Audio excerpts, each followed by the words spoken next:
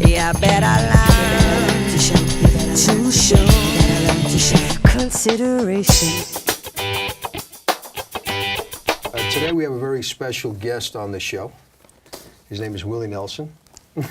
Right? Has anybody ever told you he looks like Willie Nelson? You suggested it, and I said I don't agree with that. He's much better looking. Much better looking, no doubt. All right, so we have with us today Lance Corey Richards. Well, Did I get that right? Richard Lance Corey. Okay, it's my legal name, but I never use Richard. But you said you go by the Lance, right? Absolutely. All right, so Lance and his lovely wife Lori. And Lance, you've had quite a story, because you look at you now, you're 69 years old, right? That's correct. And you're originally from Merrick, Long Island. Your birthday's on 9/11. Happy belated birthday. Thank you. And so when we go even further down, you survived some tragedy. Your oldest sister was murdered years ago when she was 27 years old. That's correct. When the tragedy happened to you, was it before or after your sister got murdered? Oh, I was 12 years old when I was assaulted in the Boy Scouts. Right, but when my sister was murdered, I was 25. Oh, I see. 2 years Okay, older. I got you. Okay, you wanted to be a mass shooter when you were a child, right? I had entertained. We discussed that. You wanted to go in and be like we have mass shootings every day now. Well, I was going to get a machine gun BB gun. So you wouldn't have done that much damage with the BB gun. That's all that was available back in those days. And then you victimized other people by burglarizing their homes. That's correct. How dare you do that? And eventually you became a geography and a history teacher. That's correct. So quite a lot of stuff there. I mean, you know, when you just on paper, you've had a very interesting life. And Lori, you're a psychologist? An academic psychologist. What's the yeah. difference between a psychologist and academic psychologist? Well, I'm not a clinical psychologist. Right. So I have been teaching psychology for many years at Westchester Community College. Right. I assume that you must have the patience of a saint. Everybody If you're tells me I married do. And I see Lance rolling his eyes. Right. Everybody says they don't know how I do it. I have trouble tolerating myself. I assume you're also a beacon of light and a great source of stability for Lance, considering his history. Maybe. I'd be lost without this woman. That's a lot of pressure on you, isn't it? Huh? Do you feel like it's a lot of pressure? You don't want the pressure? No, I don't feel it's pressure. No, I really don't. I want to get into your childhood. So obviously you came from a very loving family, right? I did. Yeah. You know, they did as best as they could. Right. As a loving family, but I mean, there was tension in the family, like any family. Right. There were arguments that we tried to shut our ears to. But nothing major. Your dad wasn't an alcoholic or anything like that. There was no abuse in the family, from the family. He could be verbally abusive. He could be verbally abusive. He could be. You must have done quite a lot of stuff. Weren't you a rambunctious kid when you were a young kid? Yeah, somewhat, but I'm talking about more towards my mom. Oh, I see. But she could hold her own, too. All right, so you kind of grew up in, similar to my upbringing, you grew up in a loud house where people... Oh, yeah. If they weren't arguing with each other, we were arguing among ourselves over politics at the dinner table. But usually, I mean, we've all been on the same page. Your parents instill a great sense of politics in you? In other words, at the dinner table, even as a young child? Age 13, I remember looking over my shoulder at John Kennedy announcing the Cuban embargo. So you must be very bothered, considering what's going on now. On top I've of the lost anger, a tooth to this guy so far. on top of the anger you have to begin with, you're Yeah. bothered. Yeah. Is this correct? Is that a good assessment to make? Yeah. He's very angry. I think that's really a core issue. He has a very, very deep-seated anger, and the anger spills out a lot.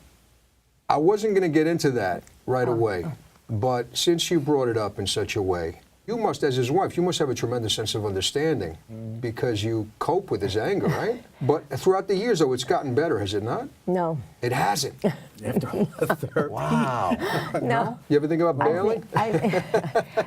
Well, it could be the antidepressants and not working as effectively as I think you probably need to be reevaluated for medication, but... Real quick, though, you take medication, you take a lot of it? What do you take? I used to take 400 milligrams of Serzone every day. Right. What does that do? That evens you out? No, it's a reuptake inhibitor. In English, what does that do? Does it even you out? Does it take the edge off? It does to some extent. Grass takes more of the edge off. I'm also taking 450 milligrams of Wellbutrin every day. And Wellbutrin is... They're both antidepressants. Right. He had to see a psychiatrist to evaluate him for medication. So you were raised in a big family, siblings? I can't remember. Well, I had an older sister, Karen.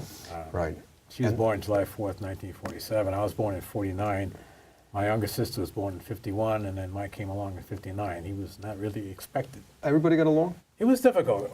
Our older sister had some brain damage. She had experienced that when she was still being carried in the womb. Turns out she had a twin sister that never developed. It was more of a, I forget what they call that kind of a cyst. Pilonidal, maybe. And she was putting pressure against our sister's brain. Wow. So Karen basically had an IQ of about 80 or so, 85 for her life. Smart enough to know she was different from everybody. So she was high functioning. How did that affect you? Karen was a challenge. I mean, I remember when I was about 4 years old and she was sick. She disappeared once for the whole day. The police were looking for her. Turns out she'd climbed in the window of a neighbor's house and was asleep in their bed. Wow, why'd she do that? I have no idea. Right. Maybe she confused it with their house. It could well be. She was challenged in many ways. It got much worse as she got into high school.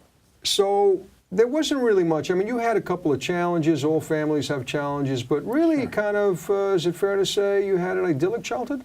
No, I don't think that's fair to say. Even though I didn't know him at that time, but I have had quite a lot of opportunity to get to know his family. Right. When you say you get to know his family, specifically his mother and father, you as a psychologist, how do you feel? Were there any parental skills that were lacking? I think there was a lot of anger that his mother had towards his father. Right.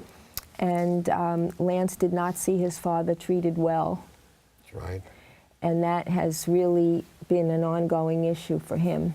Very sensitive to ever being dismissed or ignored when he feels, I mean, he sees it, you know, he's overly sensitive, let's say. Well, how long have you known him? You've known him for the course of 26 years? Well, we met in '89. Right. And we started dating in '90, and we were married your parents in are still around? They were alive then, not now. Yeah. And how many years have they been gone? My mom died, 2014? My father, 1997. Wow, so wow. Lori only knew my dad for 7 years, but I was close to him. We were close. Oh, okay, Yeah, so I loved his father very much. Really, no kidding. Even though you felt there were some things that were flaws? Well, I didn't see his father as particularly flawed. And I didn't really see his mother as particularly flawed either, but she didn't have... an awareness. Yeah, that's a good, of a lot of things. How things would impact on Dad based on just how she spoke. How she treated him. And after you told your dad about what happened, you told him years later that you were abused as a child. Within a year of my memory coming back, I told him. He basically said, you know, get over it. Get over it. Yeah, Forget about I do remember that. Right. Forget about it. You as a psychologist, not a good thing to say. But he didn't know. He didn't know. He didn't He know. felt that would be helpful. You know, you have to be strong now. You have a good life, and so does he get a pass because that's the way he was conditioned, and that's what he thought the right thing to do was? But even though it was the wrong thing, he didn't know any other way. True. Yeah. He was orphaned at 13, so I mean, he had a pretty tough life. Right. Yeah. Yeah. So You told me he was a longshoreman. He was a longshoreman Right. after the war. And those guys are badasses to begin with, He longshoremen. was a tough guy, but he was never physically abusive. I can Right. tell you that. But And then he could terrify And you. he was very sensitive, more sensitive than your mother, actually. But his anger could get you, I mean, you could be frightened. And then he went into pharma sales, you said? Pharmaceutical sales. Right. And then your mom, you said, was a household engineer? That's how she described herself. What do you think of that term? Are you a household engineer as well? No. You're not? Okay. Well, I got to tell you, What is a household engineer? well, I got a better feel for it after my wife broke a couple of bones, and I had to take care of her for a couple of months. Right. because How'd your wife break a couple of bones? I fell over the dog. Okay, and, just checking. It wasn't in anger, right? No. Oh, no. I don't do that to women. Okay, good. Did you have a similar childhood based on what you know about his childhood? I was extremely fortunate, and I had an unusually positive childhood. Really? Yes. What do you mean? What does that entail? Well, I had two sisters. A lot of love in the I'm family, the oldest. Yeah. your And parents hugged you. My parents have a wonderful love story. Right. They were married almost 71 years before No my piss and father vinegar died. in the relationship? No. Do you guys have a And- little piss and vinegar in the relationship sometimes? I leave that to you. Depends on how you would operationalize that term, I think. But no, in 2006, we participated in a marriage study that Stony Brook was running. We volunteered for it. Wow. Just real quick, why did you volunteer? Did you feel like you would learn things about your marriage? Yes, and also being a psychologist, I thought, let me be a participant in a research study.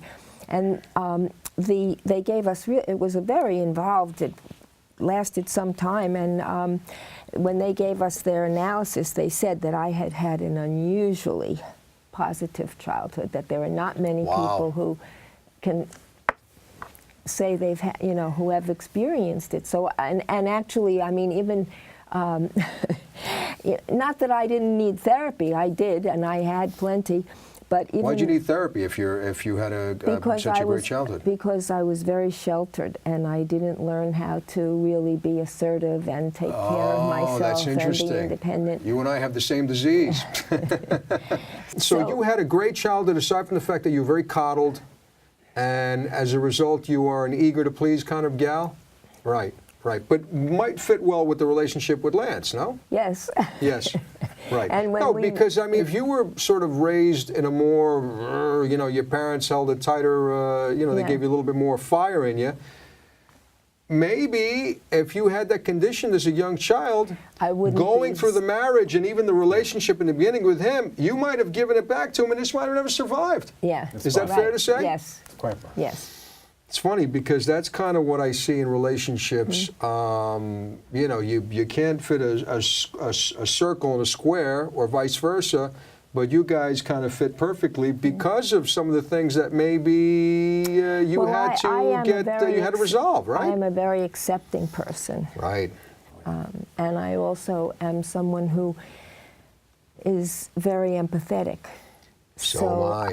I try to. How does that feel living it? Because I feel like there's not too many empathetic people out there, and the people that are empathetic living in this world. It's not always easy. It's not easy, right? Yeah. Yeah. But I know, you know, sometimes it's very difficult for me to deal with some of Lance's stuff, and I try to think to myself, you know, for him, as I have said to him, it's a struggle to be you every day.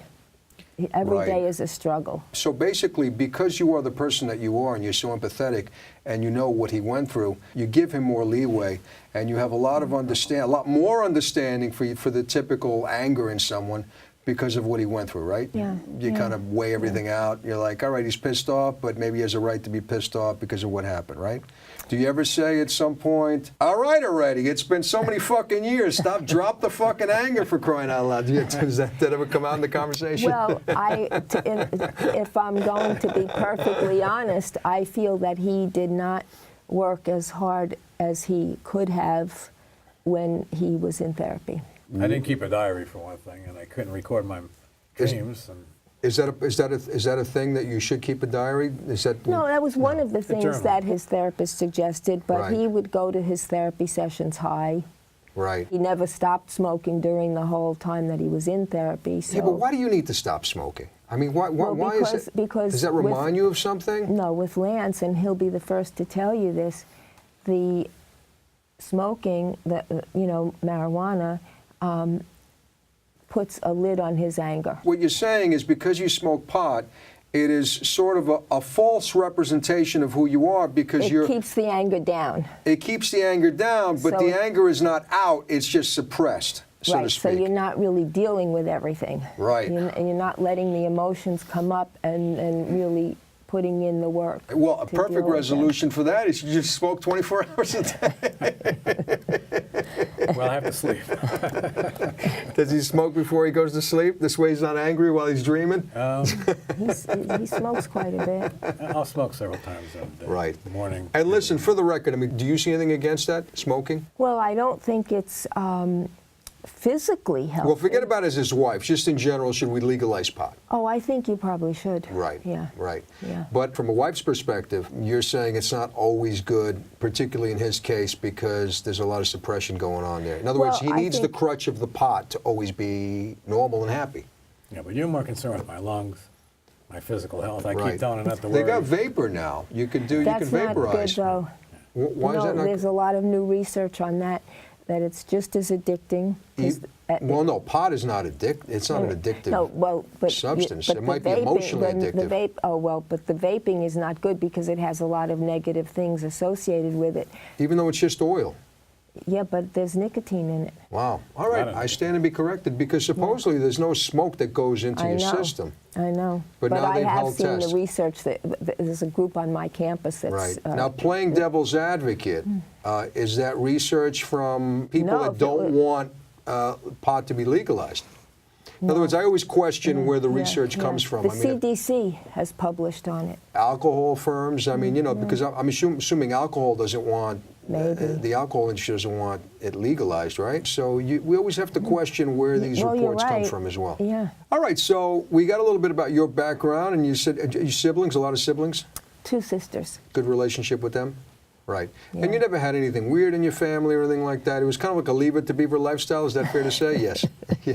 Hated that program, to be honest with you. So did I. I'm just using it as I a never reference even now. saw but that program. You never saw it? No. Okay, all right. That and my Yeah. 3 sons and somebody else just kept us from thinking about what was really going on in life. Oh, so you really had it bad when you were a child. I mean, so basically you were bothered back then. When you look at your life, forget about the abuse you went through when you were around 11, 12, which we'll get to that in a minute. But you had all these other things as well that put pressure on you, such as the fact that you're saying you couldn't enjoy a TV show because your dad instilled all this politics in you and you were bothered by all this. No, the politics was So neutral, generally, all a of it. kid is not supposed to worry about what's going on in the White House or politically or socially when he's 5, 10, or even... Our mother was more the activist. You know, Oh, yeah. Tom, you have really hit on something very true. Yeah. Because to this day, he can't enjoy things. He Right. can't because he's always thinking about well, people call him doom and gloom. Yeah. He can't enjoy I don't see that, by the way. I enjoyed our conversation actually, and I was actually I didn't tell you my I was predictions. honored to have met you, and we had a lovely but I guess you and I, we kind of see each other on a whole different level, right? Yeah. Right. You know, even with our little grandson, who's Yeah. about to be 4, Yeah. he can hardly enjoy him because he says he has to, he's thinking about all the horrible things that are going to happen. Right. All the things that are happening now and what will happen. And I feel cursed. Well, look, I agree with your wife. That's a bad trip to actually think what could happen. We can't live in this world of what could happen because you're not living in the present world. However, on the flip That's true. side, is he a loud kid? Does he cry a lot? No, Because- he's a wonderful, he wonderful is? boy. Because some of these Oh, I don't kids, they talk cry a lot. politics. I get you want to pawn him off somewhere else. I get that if he cries a No, lot. we have a great time together. But there's I've always a known- concern I've there known because for it all my- happened to you. You're saying there's a concern that it might happen to No, this kid? he's probably in talking the back of about my mind. climate change. He thinks the whole world is Oh, I going to see. just, Okay, you know. not the abuse I'm certain part. of it. You don't Oh, no, think it that has the nothing kid. to You're do not with worried that the kid might be abused at some point. Most of my life I was angry, and I told people, if you're not angry, it's because you're not paying attention. It Right. wasn't because of any memory. I didn't have a memory until I was 45 of what happened to me. Right. So all those years, my anger was, well, you know, I mean, you should be angry with what's happening in the world. Because he was always very aware of what was going on. What's happening now in climate, the scientists are catching up with my predictions I was making back in 67, Yeah, well, we see. 68. Well, look at all the storms, and look what happened Yeah. to was it North or South? North and North South and Carolina. right. You Yeah. ain't seen anything yet. Listen, you're preaching to the choir. I'm with you 100%. I understand. Let's get into the thick of things and find out why you're angry, right? Well, yeah, it turns out that I'm assuming there's quite a few besides the abuse. I mean, as a child, you kind of paint this picture that your parents, they put you through this. They made you in tune into the world of what's going on politically, socially, and then you had it was never intentional. We always talked politics at the dinner table. no, granted, but what we're saying is, But and that I'm not was- saying anything bad against your parents, but what I'm saying is that you always had this, as a child, you couldn't really relax that much. You couldn't, most kids, they want to ride a bike. They don't think too much. I mean, that's part of the key to having a decent childhood is not thinking that much, right? As a child, you know what you should have thought about? When is playtime? And when it's over, when does it come again? Really, I mean, that's really what it comes down to, no? The way his family related to each other Right. was by talking politics. An example, we hadn't seen his brother in over a year. Right. And he drove out to see us from Right. Colorado. Right. The first thing he comes in the door, he starts talking politics that he just heard on the radio. So you're saying with you his that's sister- overkill? That's too much, Well, right? We can't always be in that it's zone. the way they relate to each other. They have a hard time getting to real, feelings. Right. Do you ever discuss anything that's happy? Like, do you ever have a conversation where the happy things, like? I enjoyed making rescues. You enjoy making what? Rescues when I When was he a was a lifeguard. lifeguard. Oh, okay. I enjoy All right. painting. You enjoy cooking?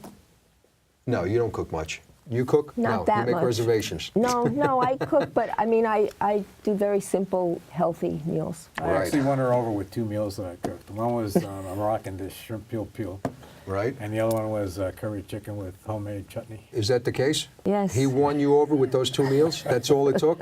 Well, I was a So you grill- overlooked all the I was anger so because you used to just being got those 2 wined and meals. That's it. dined. You're like, oh, you know what? The meals are good. We'll overlook the anger. But I was a grill man for a while too, so I mean, I could Oh, make a steak. okay. Yeah, but with grill men's, you're not really cooking. You're just flipping burgers and putting some cheese on them, right? No, I could go like this to 100 steaks. I know what condition okay, I'm all right, in. good. Even though his anger is very deep-seated, and I'm sure it's been present for many, many years, Right. I think it really surfaced more after his memory came back. That makes sense. That makes sense because then he just finally realized why he's angry. Exactly. So that makes a lot of sense to me. However, though, considering he burglarized homes, and how old were you when you wanted to go in and shoot your classmates? It was about 12 or 13. 12. So right around the corner from when the abuse happened, right? You know, we have so many mass shootings nowadays, and looking at you, because we always try to figure out what was in this kid's head that took an AR-15 Yeah. and went into a school, Yeah. right? So we don't know the backstory, No. right? But on some level, I understand those kids. Lance has given us a backstory on some level. There's no excuse for it whatsoever, you know. You said something interesting. You kind of described it as a spiritual murder. Yes, exactly. Yeah. Which is really, when you think about child abuse, it is a spiritual murder. It changed my entire life. I went from a happy kid, which you can see in a photograph of me when I was 12, to being somebody who was angry from that point on. Right. And from that point on, my head was tilted to the right. I'm going to read from what you wrote. Sure. You were molested between the ages of 10 to 12, In the Boy Scouts. and that culminated, you claim, in a very violent violation. Now, this is by your Boy Scout troop leader. That's correct. And how old was he? He was about 35, 37 Right. at And the you were time. 11, 12 years I was old. 12. At 12, though, you weren't a big kid, right? You're a little guy? Little kid, right? I was a skinny little Little runt. You skinny could little see the runt, right. blood vessels on my chest. You could see my rib cage and everything. But by the time I was 14, I was one of the strongest kids in my high school. Because of the anger Never you gonna had. happen again. Right. Yeah, but you didn't know at the No, time. I didn't know, but I just knew I You wanted to knew? get Did you tough. know? Do you know something happened though? You didn't know what happened, but you felt. Did you feel something No, I happened? just wanted to be strong. I wanted to, Right. you know. I So, wanted to be so tough. that's kind of on a subconscious level, right? I mean, he just had this thing that he didn't know what it was, but he just felt the urge to be strong for a reason, but he didn't know what that reason was, right? I think that's true for a lot of boys, and to me, it explains a lot of reasons why kids go into wrestling. Well, I agree with you, but I also find it as a tremendous insecurity sometimes, because you're not secure with who you are, so you have to. It's almost like a woman when she gets breast implants or Right. or you color Yeah, your yeah, hair, or whatever yeah. it is. It's just kind of enhancing the body on and some men level. getting the pec implants now. Pec I don't need implants. I those. think men get ass implants now too. Oh, no. Believe it or not. Tells man I don't need it. You don't. Does he need ass implants? No, he Don't- doesn't. We have mutual feelings about it. I won't tell anybody. Does he need ass implants? Okay. You should have heard my vows at our wedding when I said I just love her ass. So basically, do you think this guy picked on you because you were a little No, I kid? think he did half the truth, to tell you the truth. Right. Well, you mentioned that to me. You said so half the troops. So you're talking like Out of 44 guys, about it's half of them. 20, a 22. minimum, I think, of half of them. were And you molested. never had discussions with any of them, right? No. No. Did you feel? Once we broke up, I didn't even see the guy I grew up with as a baby. Did you ever get the urge? You want to see if you can find these guys and have a Oh, conversation with them? Well, after my memory came back, I tried to find out who his members. In fact, I have the original roster of the guys who were in my troop. And I tried making contact, but of course, many years have gone by and their families have moved on. But I found a number of guys. Right. One guy he remembers going behind a curtain and there being some kind of a hearing and then our troop breaking up. I remember that too. Right. But our parents were never told why the troop broke up, which is Right. why I went to Rogers' home. Is this a picture of you around that time? Yeah, I was 12. I want to show this. We'll zoom in at some point, Just but an innocent kid. you know, yeah. You said that after this happened, you hated the smell and taste of lipstick I still do. All your life. No, first of all, why the taste of who tastes lipstick? You mean just when you kiss? I figure Yeah, we if you played kiss Cowboys them. and Indians, and they must have used black grease and red lipstick for the war paint. Oh, I see. And I I got always you. played an Indian. I'm part Iroquois. Maybe it just came naturally. Although I never really thought about it. Right, but he didn't wear any kind of lipstick or anything Oh, like no. that. No, nothing like that. Right. That's why I almost never wear lipstick when I'm around Lynn. And I don't Oh, like the I taste. see. So that's a sacrifice on your part. No, I don't consider it that. It's not a big sacrifice. It's a No. little sacrifice. Well, also Well, more- did you wear lipstick prior to meeting him? Did you? Some people just don't like Yeah, wearing no, lipstick. I did. Right. If it's really bright red, I really don't like it. You became very adept at untying knots Oh, yeah? with your hands behind your back. Oh, yeah. I demonstrated my wife untying 16 Right. knots with just these 3 fingers behind. Well, I wasn't even looking. I was just looking off to the side. It was pitch black anyway. We You know, if didn't you got really get caught into the as an Indian. logistics of what happened to you. When the abuse took place with this degenerate, this He 35-year-old wasn't the only degenerate. one. He had, I think some of his friends were of similar ilk. But he was the only one that abused you, though. I can't say that at all. Right, so you're saying it could have been more than one guy, you're saying, huh? Oh, absolutely. Do you think that might have been the case? Oh, yeah. I think he recruited a bunch of his friends, which is also Oh, a reason my why we God. never went to the big Boy Scout jamborees on Long Island or anywhere else, Wow. because there'd be a lot of troops there with a lot of other men who were not of this kind of thinking.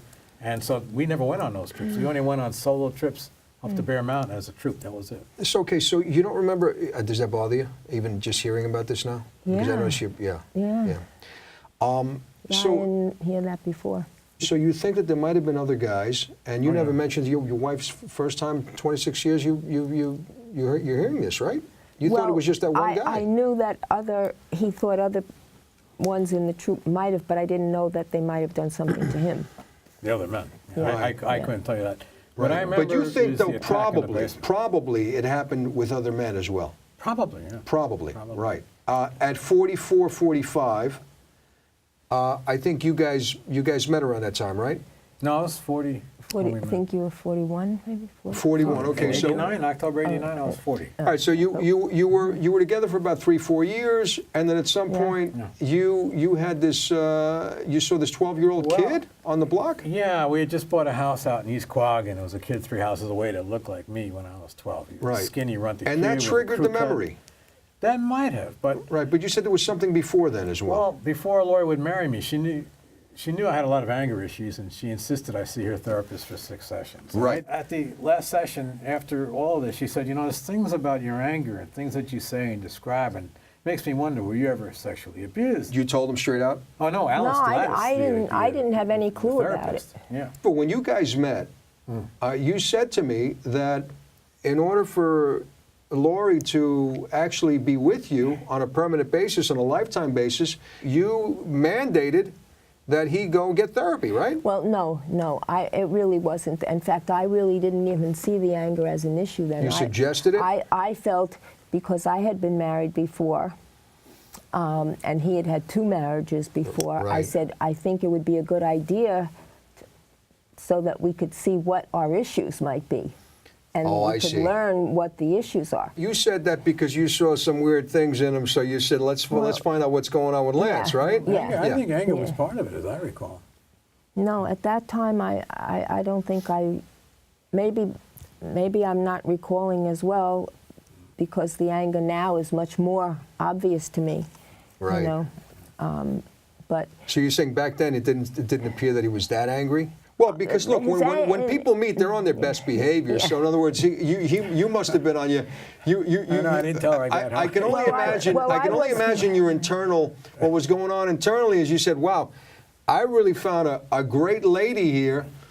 I got to see if I can put a strong facade up and not show her the anger No, on the only something." thing I in withheld those from her. days, the only place I really saw the anger Yeah.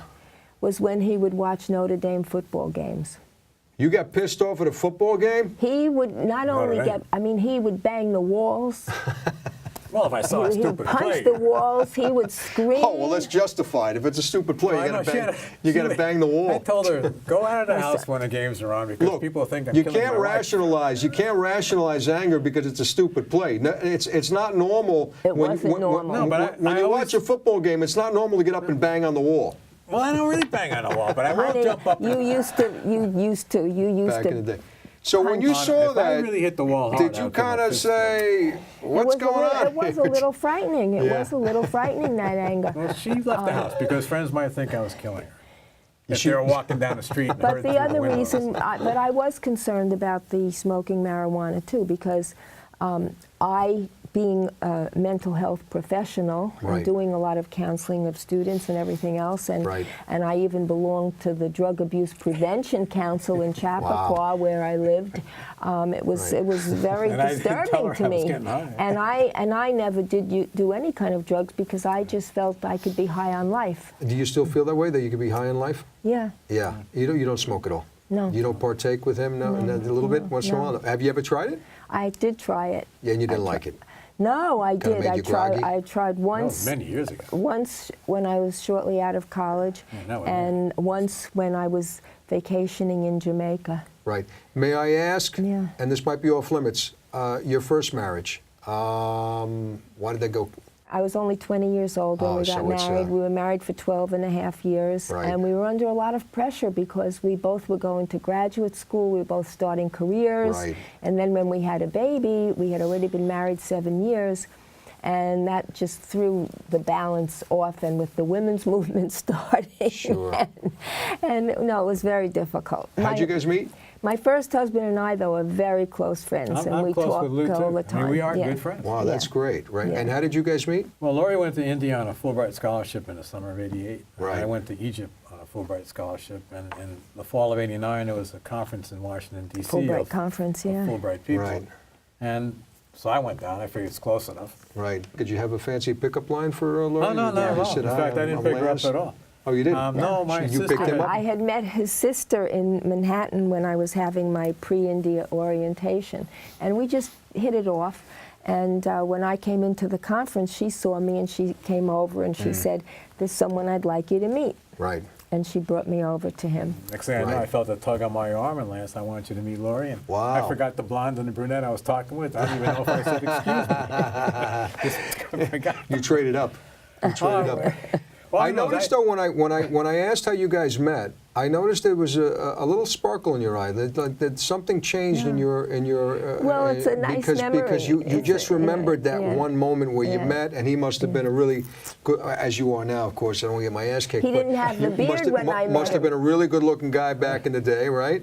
He still And- is, but he didn't have the beard then, so You it was see, like, but she still has that. She still has that. The little spark there. I saw. I She get still. it too. Right. Yeah. Yeah. We sat next to each other at a presentation there. Our arms weren't touching, but I could feel her energy. I thought to myself, Wow. wow, I could sit next to this person forever. Wow. I never ever felt Well, that is the before. question to ask when you get married.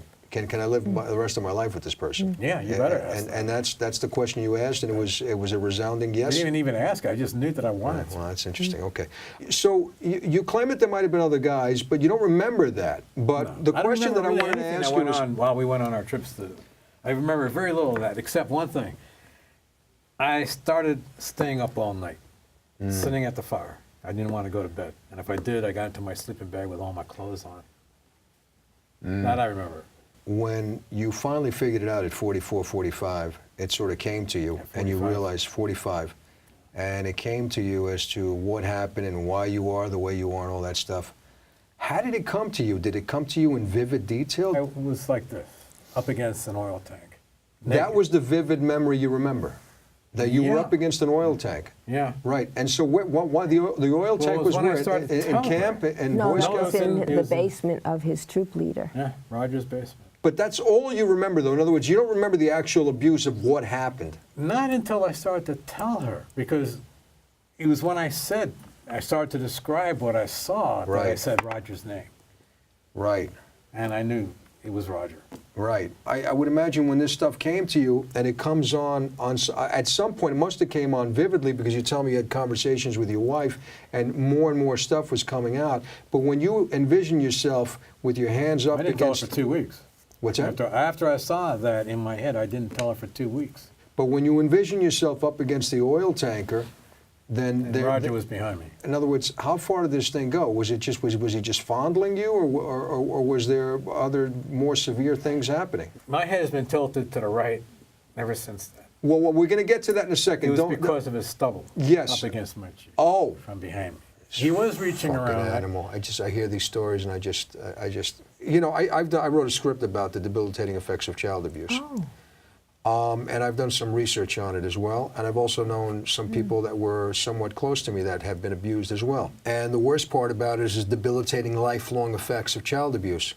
And here you are, you would never imagine, because Lance had a gun up to his head, because I think when we met Stuck with it in my mouth. But as a result This of is having over. the This gun, was after it was all over. yeah, but you said the head tilt is because of the gun, No, not the No. oh, because the of the head stub tilt is of his- because of the stubble. The stubble of his beard. He had a pretty thick hard stubble. And as a result, your head is permanently in this. Pretty much. Yeah, it's fascinating how the mind works. Well, one that of he the- cannot break away from this habit that he has, because my neck it's is just so- and it's fear-based, right? Well, one of the things that we say in psychology is what the mind forgets, the body remembers. Right. That's interesting. And It's not that I can't consciously move my head, but my muscles in the neck, you know, the bones, everything, have been structured that way for so long that it actually bothers my neck if I try to hold my head up straight.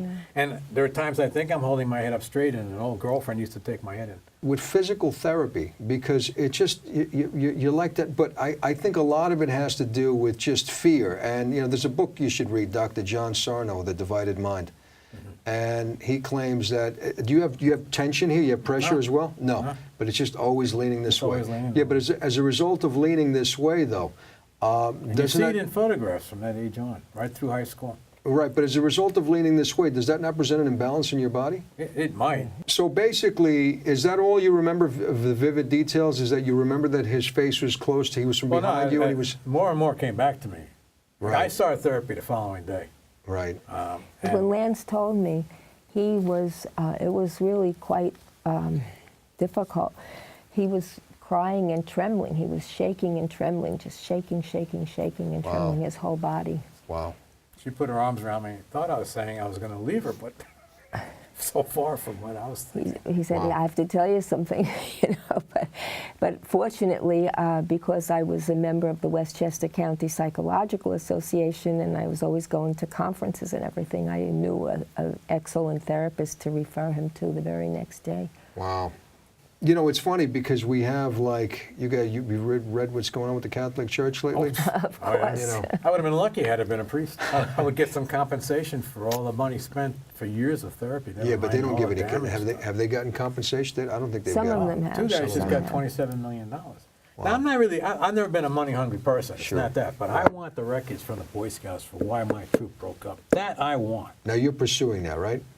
Well, yeah, but I'm not really, I can't find any law firm that wants to do it because it's not going to be for free, and where's the money? And the statute of limitations prevents me from even attempting to do it. Yeah, sure, I understand. Okay. When I did some research, I told you I think we discussed this, but there's an organization called the National Incident Study. It's a periodic research effort. It's mandated by Congress every 7 years. Yeah. What are you doing? It's going to take some notes. Notes. The National How Incident. dare you take notes? I'll give it to you later. You don't have to take notes. It's fun. So the National Incident Study is a periodic research effort every 7 years. And again, I think they still do it. I'm not sure. Maybe they stopped. This was like 10 years ago when I wrote the script. And, you know, the statistics, they claim there's over 60 million survivors of child abuse in this country alone from coast to coast, right? When I got them on the phone, though, they said that whatever statistics that numbers that we figure out here, you should also automatically assume, because it's shrouded in secrecy, this vile thing, that it's a lot higher. Yeah. So can we say there's like 320-something million people in this country? Can we say a third of the country I has think that'd had be some fair. kind of... Well, they say 1 out of every 3 girls and 1 out of every 5 or 6 boys, but I think it's much higher for the boys than Right. more like 1 out of 3 for them also. Right. So I say it's a fair assessment, say 1/3 of the population. And it comes out in our behavior, in the way, in all the social issues we have, from drug abuse to suicides to criminal activity by children calling out for help, to arson, which a guy in my troop was found guilty of. Wow. You know, so many things are tied to it. And when I spoke to other child abuse survivors, they said something that it's, you know, I would have never thought of, but, you know, them having gone through it, they say that there's almost like a sense of jealousy, like when your abuser stops abusing you, at some point, and his attention gets diverted to somebody else that he's going to be abused, the guy who's not being, let's say in this case, your case, he might go to another kid. There's a sense of well, what happened? Did I do something wrong? A sense of jealousy on some weird, distorted. I have to tell you, I had 2 fights with guys in my Boy Scout troop. One guy, when we were paper boys, when we were about 14. Right. He ended up going into a monastery and died from cancer from cigarette smoking. And the other fellow I got into a fight with when I was about 17, I think my last year in high school. So are you telling me that you felt a sense of, because... Well, I never liked this other guy when I got into the fight with him. When I know, was but is it specifically because of what I mentioned? Did you No, feel... I had no idea why. Okay, but did you ever feel that way? Did you ever feel like maybe at some point your abuser diverted his attention somewhere else and you were asking why? No. No. No, I Because wasn't. you didn't even remember, but at that time, though, going through it... Even then, I don't think anything.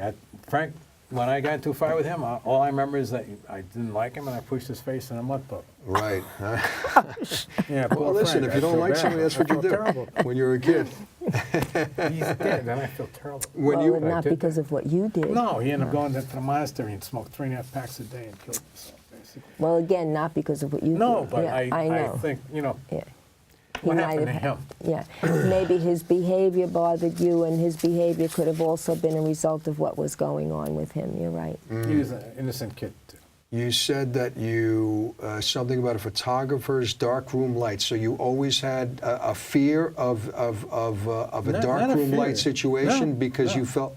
But the attack, when my memory came back, I realized it was under the glow of a darkroom light, a photographer's darkroom light. Everything was bathed in red, which really made everything much more surreal. Is that the vivid memory that you Oh, have yeah, of it? yeah. That Once everything the was memory- bathed in oh, red? yeah. And his German Shepherd Wow, going this guy's a bananas total upstairs. out-and-out degenerate. He didn't have the decency to put the lights on, you're saying? Well, it was in the basement. He was in the basement. No, I understand that, but I mean, the fact that this guy has like a red light just makes it just that, but Well, he that developed far. his own film, too, so, I mean, it was easy.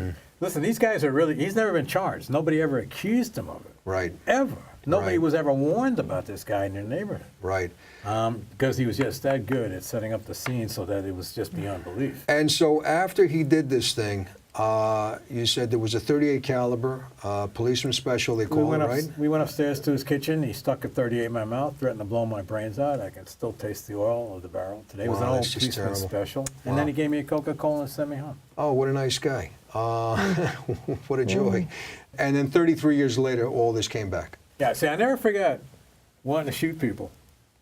Right, I never right. forgot So that, well, right. that's it. So it's throughout the whole thing. In other words, you always remembered burning your underwear, but Oh, you yeah. didn't know. All right. I never knew so, why. Right. So after It was right after I came home from After this, in other words, after he stuck a gun to your head, or after the abuse, did you come home and burn your underwear? Well, he had abused me in his basement. We went upstairs, and before I left, I lived about 1.5 miles away. I was going to go home on my bike. He gave me the coat. After he stuck the gun in my mouth, Right. I went home. I had already forgotten. I set fire to my underwear in the wastebasket. I think what he had done is manipulated me with his hands. Initially, I thought it was a rape, but no, it was that, and my underwear was wet. And I set fire to it, and the drapes caught fire. My So mother- wait a minute. So you're telling me that there was no penetration? You're saying, if I could say that, but he was just manipulating you with his hand? That's what I believe is what actually ended up happening. Okay, but from behind me. Right. Because Well, let me ask why you would this, I burn though. my underwear? And What- I assumed that they had to be wet, and I did set the Granted, underwear but on fire. here's the deal, though. If it did happen, if there was penetration, is this something where you might not feel like you, in other words, maybe you're suppressing it? Well, it's possible, but Well, the question is, if there was penetration, would you be comfortable talking about it? Yeah, I would have no problem. You I think that's boxed the at case? Notre Dame. I Yeah, I have no think problem it's talking true about because this stuff. he's been very outspoken, maybe a little too outspoken about it, Right. because he feels very. When you say too outspoken, what do you mean? In other words, Well, I couldn't imagine somebody would be too outspoken because you well, want to get it out yeah, as much but, as... but sometimes there are situations where it doesn't seem really appropriate. Oh, I see. What do you mean, like when you have Christmas holidays? Or when you just meet somebody and. Right. I don't come out and start talking out right away, but Well, it doesn't take did. long sometimes. But Well, we sometimes- talk politics. Yeah, and I'll but talk on the about flip power. side, though, I kind of understand... He wants to destigmatize it. Yeah, Which I and appreciate. there's always this tremendous need to be heard, Right. because as a child, Well, look, first of all, let's just You're call right. it as it is. I mean, your parents abandon you. When your father says, They forget didn't about it, recognize- that's abandonment. That's that it, right? wasn't Is that until I fair to was- say? It's fair game, right? I was 46 years old when he said that. I 45. understand that, but whether you're 10 or 46, it doesn't matter because you still have emotions. We have emotions at 10, we have emotions at 46, right? So this is fair game, right? And his father abandoned him at that moment. I guess it bothered me, but I said to him, I'm not going to forget With it. all I due just remembered respect to it. your dad, I mean, but the thing is, though, on some level, yeah, it did bother you when he says, because, look, Put it behind you. I had somebody close to me, and he has had unspeakable things happen to him, worse than you, worse than you. And when he told his father had the same thing, and I know that it fucked him up. It fucked him up, and he went through some really bad shit. You know, not even stuff that he was sort of open with me. But, you know, he would kind of say, I went through a tough time and this and that. And I can only imagine what goes on. I mean, there's a sense of suicide looming over your head. Did you ever feel suicidal? It's never too far from my mind. Never, even now? Even now. Even now? Do you think about it won't every do day? it. Well, thank God you have... Because I don't want to do that to her. Right. What really is very painful is that he isn't able to really enjoy his life. So when you say you don't want to do that to her, really, I mean, what you're saying is that I don't want to leave a message she's or hurt her she's like preventing that. you from Yeah. I mean, look, I understand that, and I understand that, you know, even other people that I've spoken to, I mean, a friend of mine said that he had a gun in his mouth, ready to pull the trigger, but he didn't want to. I would probably he take thought about it. He aspirin. thought about his mom. Yeah. I don't want to leave a mom. mess, so I'd probably take aspirin or go for a All right, swim. so make sure that you outlive him, Oh, yeah. because if you die before he does, then I have to come over and watch him 24 hours a day. Well, you combine that with my politics, and maybe the world's better off as long as she's alive. So you returned home after the whatever it was. He stuck a gun to your head. I'm assuming that was, or maybe it was after the abuse, and you burned your underwear and you put it in a wastebasket and you nearly burned the fucking house down, Lance. That's What's the matter? Yeah, my 2-year-old brother was downstairs at the time. And then your mom just came up. She heard me screaming. And what was her reaction? So you saw when the fire started coming out of the wastebasket. Oh, no, the drapes had already caught. Oh, the curtain. The room is going to start to go up in flames. Right. And how did your mom take care of that all on her own? I think we ripped down the curtain. I think she just folded it up and just, Oh my God. we were able to smother it real quick. And then she looked at me and says, "You haven't played with matches since you were 5. Why'd you do this?" I Right. looked at her, I said, I don't know. All the people in your family are fast thinking. Yeah. When I think of it, they can figure out what to do very fast Yeah. in situations. Yeah. And then at age 45, it all came back to you. And basically now, you know, you started coping with this thing on some level. But let's backpedal. Oh, yeah, I'm trying to change the law now. Let's backpedal a little bit. Up until 45 now, you were going off on some trip. At what age did you start burglarizing homes? Age of 12, 13. What When age? I was 13, I started to break into garages to steal lawnmower engines and 20-inch bicycles, Right. like little motorbikes. And you said you were doing that for 6, 7 years? Well, I went from that after a year or two going into garages to going into the homes. At 14, 15? Yeah. Wow. I never That's a got caught. pretty... And you never got caught. So you were a Never good got burglar. caught. Is that safe to say? I can burglar-proof your house. Okay. Oh, you can burglar-proof could- my house? I can take the sliding windows, you got to reach on the inside, and Right. I can take those apart from the outside. Right. When you guys met, did he tell you this? No, he hadn't remembered anything yet. So, oh well, no, you No, did no, he remember knew being a he was a burglar, yeah. No, but I don't think. At what point in the relationship did he tell you? Well, I think it probably wasn't until till your memory came back, and you Right. sort of connected things. At 45. Yeah, because I really mean, just- it's not something oh, so that you didn't both tell her of- right away. It's not something you tell a woman when you meet her, No, or even both after of when you... that. I mean, I feel terrible about it. Right. I hurt a lot of people. When you found out he was a burglar, how did you feel? I don't know. I think it's part of the whole horror that he experienced. Right. That's Did you how I feel view like, it. oh, maybe I made the wrong mistake in marrying this guy? Oh, No, you didn't feel that. You didn't feel any regrets with the marriage, though, right? No, Because that's a no. pretty heavy-handed Yeah. thing to hear after you get married. You've been married to him now, and he tells you he burglarized homes. Did you ever tell her about or is this something new? Did you About the know that he shooting? wanted to go into his school, and shoot people up? No, that was even more recent. That was even more recent. But I don't think Did you tell I her this don't think after we you talked? really, Because you no, knew I she was going to be on the remember show, and you said, well, let me tell her? I mean, it was after he talked about the burglaries. But I never but- forgot. No, but I mean, I think it's only since we started hearing on the news about all of these mass shootings that you remembered that you had fantasies of that.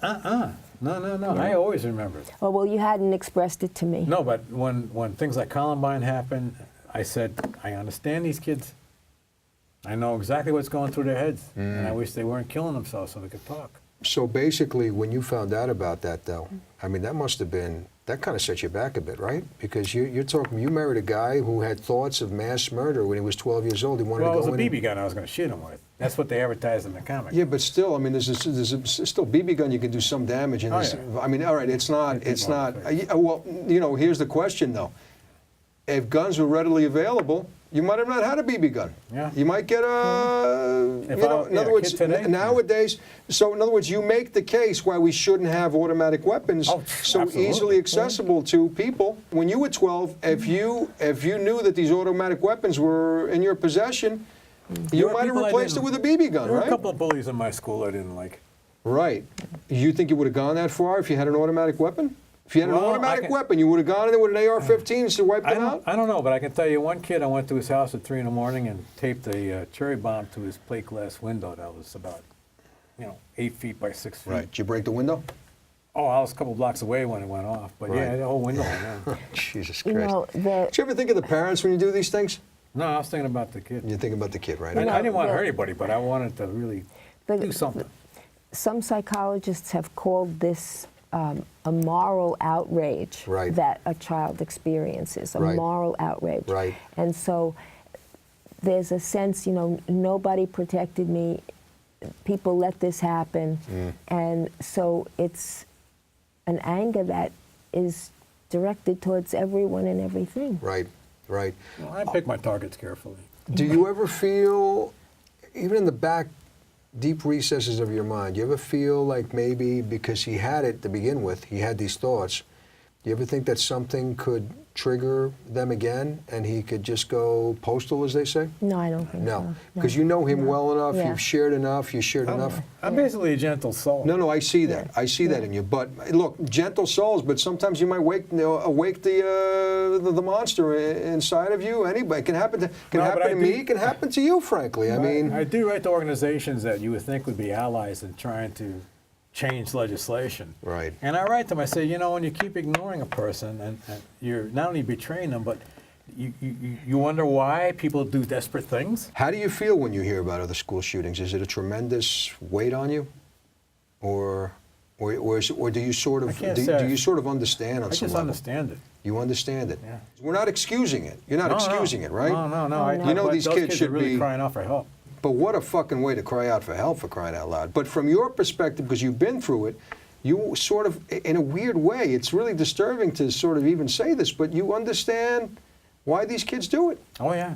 Well, the anger is so consuming. Yeah, And then they kill themselves. They don't know what to do with the anger. right. You can't know for sure, but do you think that after they get caught, do you think there's a great sense of remorse in them, or do you still think that anger is still Well, I think a riding lot of high? them get Well, killed that before they kid get in caught. Florida, I think, That kid, he oh, felt very Well, even the kid bad. in church, with That kid the is so kid, sad. remember the kid Oh, yeah, who came in to church South and Carolina, killed a yeah. whole Yeah. bunch of... Yeah. Did he express remorse? No. I mean, based on your feelings and the thoughts that you had, do you feel like these kids would have any remorse? Do you have remorse for your thoughts? I can't say I do. I have remorse about having been a burglar. No, but do you have remorse just for having the thoughts? I don't know if I you haven't can had have those remorse thoughts. for thoughts. Well, feeling bad about it. Like you can say, oh, well, how the hell did I that's Did I crazy think that that? I got Yeah, so close to, it's possible, right? Is there a level of sympathy with these kids when you, Oh, yeah. there is, you I know they're sympathize? hurting. Even though you know that they've done tremendous amount of damage, Oh, yeah. and they've taken lives, right? There's nothing, it's no a bigger tragedy violation all than that, around. right? Even though, regardless, you see the destruction they've wreaked, you still feel a sense of sympathy for them, huh? Yeah. Yeah, wow. Well, you see their faces and you see they're so troubled. I know, but it's tough to They're so reconcile with. I mean, you might see a face, but then you see that the 10 bodies were taken away. And You you know, feel so for them it's too. like, you try to balance it out and make some sense out of it, but you really can't, because there's always that knowledge that they took lives. But I don't think they think of it that way. No, they don't realize. It's not like they're shooting a bunch of ducks on, in a carnival game. Yeah, but come on, they're in look, maybe with the kid, there was a Dylan Roof. No, not Dylan, the kid is Sandy Yeah, Hook. Dylan I was just thinking he of had that mental. myself. He was severely clinically mentally fucked up. Yeah, he was. So maybe with him, But all again, these I'm not a kids are. doctor, I'm not a psychiatrist, I don't know, but I'm guessing maybe with him, he didn't know that as much. But with like the Columbine kids, I mean. But they were all messed up. They really were. They had endured I know, but a lot if you're of messed bullying. up, but if you're messed up though, that doesn't take away from your intellect. I mean, you do understand what you're doing at the time. I don't even think I they don't knew they think were so. probably abused, which is what brought it about. They probably were like me without a memory of it, but But they That's wanted to interesting. strike out. But no, but wanted they people to pay were for it. somewhat isolates. People didn't like them. The other kids bullied them, that- wrote terrible things about them. Yeah, but here's the Kind deal. of, Let's not excuse it. There's many kids that get bullied that don't go on to do mass shootings. No, they're I mean, not as I've known kids that I disturbed. went to high school with, and they were bullied, and they grew up, and they became an Yeah, accountant or whatever yeah, So we can't use that as an excuse on some level. Well, I'm not excusing it. I just Explaining say it. that these kids, I think, are really very disturbed. Right. And we don't know all the roots of the disturbance. Sure.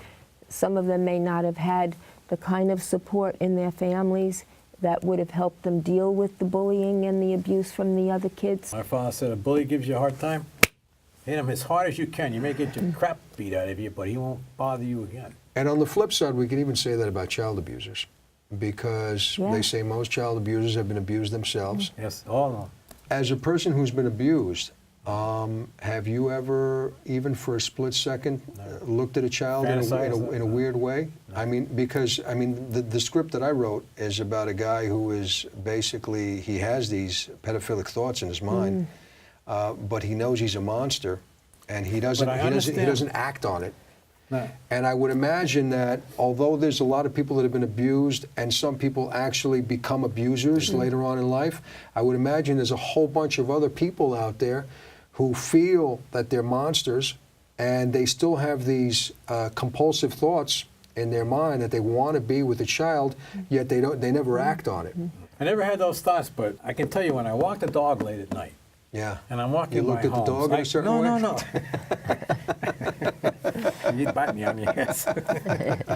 I look at homes and I feel the pull that I Right. felt as a burglar. Right. Or even before that when I was Wow. trying to peep into people's windows. Right. And it's like, gee, I feel that pull. I won't do it. Yeah. But I understand the addiction. That's And I interesting. got a feeling that's what the pedophiles go through. They even want to resist it, but they can't always. I resist those impulses to go break into a house. You said you stopped hobbies to burglarize. What were the hobbies? What stopped. hobbies did you give up to burglarize? Well, I was copying Modigliani when I was 11 years old. Oh, wow. Okay.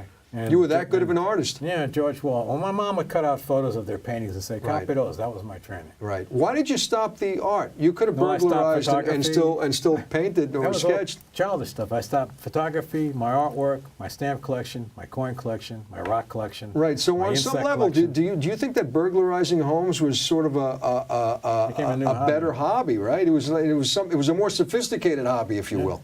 Yeah. What are your thoughts on that? I think he had so much anger that he couldn't focus on those things anymore. Right. I know I didn't want to get those caught. those things did? didn't. I did not want to get caught. You didn't want to get caught, but on some level, though, were you? I probably weren't- wanted to. No, but you were testing fate, though. Oh, yeah. You were testing I've been fate. testing fate all my life. Did you have these suicidal thoughts when you were that young, too? By the time I was in high school. And still, though, but did you want, because you didn't know exactly what was going on, why you had them, did you question, well, this is odd, why am I having No, I these just thoughts? figured a lot of people just have these thoughts. You thought they were normal. You Yeah. thought, wow. Well, somewhat. Well, yeah. you know, you have to think of the zeitgeist too, because I think of the zeitgeist every day. because really at that time the whole society wasn't as psychologically sophisticated Right. as we are today, and we Right. still have a long way to go. Right. But there's a lot more awareness, you know, there's a lot even- more... Do you think there's more awareness because of the social media now, too, obviously? Because a No, lot of this stuff is coming I out. think the efforts of, well, there's more awareness maybe about abuse, but We have a lot of information now that it's readily available to us, so we can know more. And psychological associations have really made that part of their mission to Right. bring psychology to the people. There's more, you know, we have all these 5Ks, 10Ks, mental health awareness walk, suicide prevention walk, Right. you know, all of these things that publicize the need for help. We have National Depression Screening Days. Right. They never had that. Over the years, we've become much more aware of the post-traumatic stress disorder that our warriors suffer. Yeah. Right. Those coming home from Vietnam, nobody talked about Right, it. that's the guy right. who tried to kill me, he was suffering from that, I'm sure. I have no doubt Yeah. about it. Right. It's with the more recent wars Yeah. that it's really become a subject, particularly now, 27 kids are killing themselves every day? Right. There's 22 vets that come back. There's 22 suicides a day 22 a Right. day. from veterans who come back from the war. Yeah. 22 a day, Yeah, it's which is an horrible. outstanding figure. It's unbelievable. A lot of why these problems persist is that we don't talk about it. Probably. That's probably one of the biggest things, right, that we can People resolve. don't pick up on You, from your know, psychological perspective? You know, like even his parents, maybe they noticed some behavior changes, Mom but did. they didn't explore it. You know, when he Right. stopped doing all of the things that he used to do. Didn't like taking baths, and all of a sudden I was taking three or four showers every day. Right. She thought it was just, well, he's going into 13, 14. Is there a sense of resentment for your parents for not noticing and taking a more proactive stance Not on there? a conscious level. What's that? Not on a conscious level. No, but maybe there is on a subconscious mind, maybe you resent the fact that they, Could well be. right, because you said that they were, I mean, maybe not like Laurie's parents, But they where were they preoccupied with coddled my you, older right? sister, who had a lot of issues. Right. I mean, Karen was 2 years older. When these were happening to me at the age of 12, she was already getting into 14. trouble at the age of 14. She'd walked my 2-year-old brother, and she was meeting a guy in the woods, and he probably saw things that have affected him, but he cannot acknowledge that. Right. I remember coming home when I was 15, and 2 carloads of guys had just come from my house, where they had multiply raped my sister. Well, my grandmother was hiding upstairs with my little brother. He was 5 at the time. So this just contributes to just layer upon layer Yeah, of, yeah, you know, pressure, abuse on some yeah. level, mental abuse. These guys are lucky I didn't come home while they were there. Well, Lance has been diagnosed with post-traumatic stress disorder. How much does that flare up, I mean, in your daily life? Every day? Every day? Every day? You know, I Ongoing? laugh a lot, and I smile a lot, and I Right. joke a lot. Thank God he's got a good sense of humor, right? He Yeah, does but have if he didn't have a good sense of he humor- does. He has a good sense But I'm of humor. crying all the time on the inside. I mean, if I... Right. But whenever you want to talk, you know, I don't have time to go out to Long Island all the time, frankly. I live in the city. But whenever you want to talk, you pick up the phone and you call. You know, even if you want to complain about Laurie, even. Oh, yeah, maybe we'll get you to come out and take a swim on the beach or something. I'd love that. All right, so you got into that. You were testing fate. Was it lucrative? Were you burglarizing homes? Was it I was able lucrative? to buy No, my you, lunches. you didn't really excel in your burglary career. You didn't. You I wasn't, I you wasn't didn't looking really. to You were a bad burglar. Is that safe to say? You didn't make it. You weren't a successful burglar. Money's never been of real interest to me. It was just, you know, having enough just to get by. Right. I'm just goofing. And I didn't take property. I took just, if it was jewelry, but usually if I could find some cash. Jewelry and cash. Right. That must have been like trying to find a needle in a But what haystack. would you do because, with jewelry? well, he'd hock it. There were kids at school I could sell it to. I must have burgled about 100 homes. Wow. No kidding. 100 homes and you still couldn't get it to the point where you were making some money off it. It was more like just catch me if you can. Right. I I never see. really So it was thought in more terms tempting of- fate. I never thought I was hurting people. That's what I was going to ask you. In other words, well, at the time, though, you didn't feel like you didn't know that you were victimized at that time. You didn't know, right? So, but you didn't have any kind of compassion for the victims. think about it. You didn't think, no, it wasn't a thought. I know, I never messed up when you saw anyone's when you house. saw the lady though, she pulled the curtains. Freaked me out a little bit, but Yeah. I didn't stop. Oh, you kept on going after that. Oh yeah, that wasn't the last time. Yeah, I but was it's- somewhere in the middle of my career. Did you have fun doing it? You was burglarizing homes? It's exciting, I guess. When you'd watch movies, like maybe a James Bond movie or something like that, do you feel like you were kind of living a movie on some level? Is it like a sense of adventure, huh? Well, like I said, I wanted to be special forces. All right, so basically, you're a very angry guy. You still are. even just now, the real serious need to go to the bathroom, Yeah. it's been humiliating, which has been feeding my anger a lot. That it's been always very difficult to urinate around other men. Really? Oh, yeah, and that's What do you when what do you think and that's- that is what do you when I think do that's feel all about? sympathetic, is when I'm in a public bathroom and I hear another man's having a difficult time. Right. Oh, because you just equate it back to your abuse, you're saying, probably, right? Yeah, I think it's probably true for a lot of men, and they don't realize it. Wow. That's I never even thought about that. So basically, you're saying because there's another penis next to you, a revealed I penis don't do it around that's other not men. far. All those years I was lifeguard, Did you know my that? crew, Yes. You knew that. you know, the crew, we'd be drinking beer at night after the day was over and having a Right. barbecue on the beach or something, and a bunch of guys would go off in the bushes, and I could never do that. How about locker rooms? When you're with, like, when you were a kid, you'd Yeah, have to had to be change in front alone. of other. You had to be Oh, alone. no, changing I could do. That was not a problem. Right. Changing you could do, but urinating is an issue. I couldn't Well, do I it. think when you change, you can always be, you know, You could put a somewhat towel over you or covered. something, and you don't have to be Yeah, as you don't as take your underwear exposed. off. Right. Yeah. Right. I just know it started when I went to Fort Dix to be interviewed for an Army scholarship, ROTC scholarship, and I couldn't pee around the other guys. You basically said, did you not say that if you want to be with me, you have to? That wasn't a mandate. You said that was a No, suggestion. I felt it was a good idea for us to find out what our issues were. The bottom line turned out to be that I needed to become more assertive because Right. he's With me. Yes, and that I need to help set boundaries for Right. him.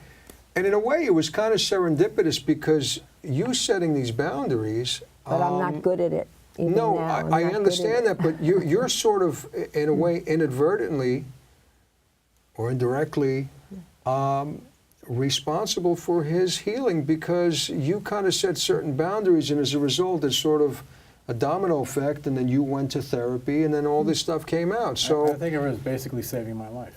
is that the moment where you think she saved your life, when she set these boundaries? No. And you said No, you no, gotta, just oh, just in being- general, just being. spending Well, life his, with her. his first therapist explained that probably what helped his memory return was that he felt loved and safe in the relationship. I don't think that would have been Wow, true in that's- any other relationship. That's pretty big.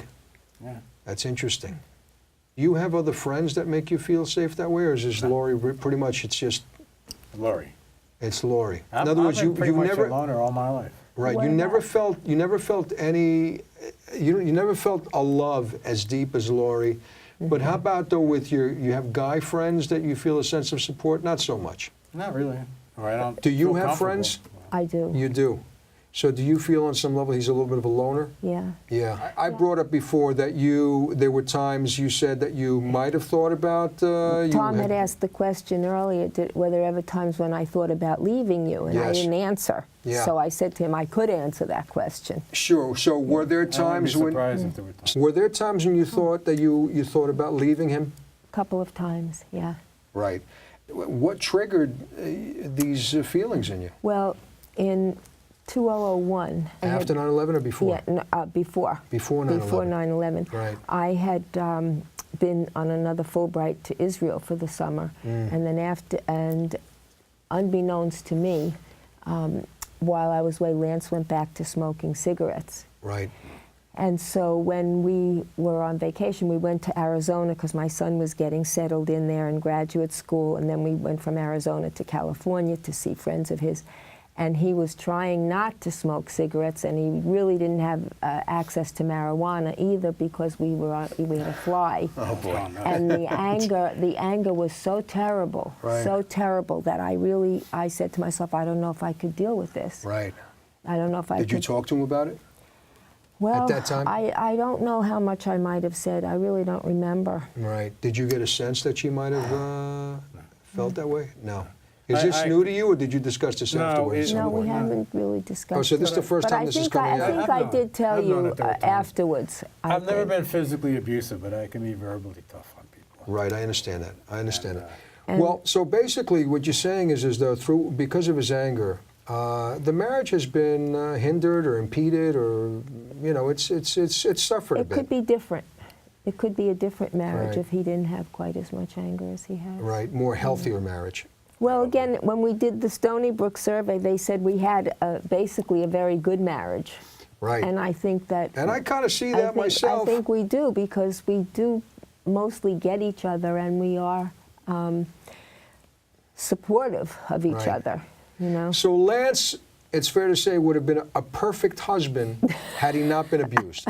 Is that fair? I wouldn't go that far. Who knows what he might be, what he might be like. The influence of my parents and all the politics. Are you crying again, you big baby? You're crying again, I huh? don't, listen, men cry. No, In fact, my father told me. I know that. I ain't taking that My away. father told me long ago, don't ever fight a man who's crying. Yeah. Don't ever fight a man who's crying. Right, right, He's letting it all out. right. And have there been other times, 2001, have there been other times when you felt...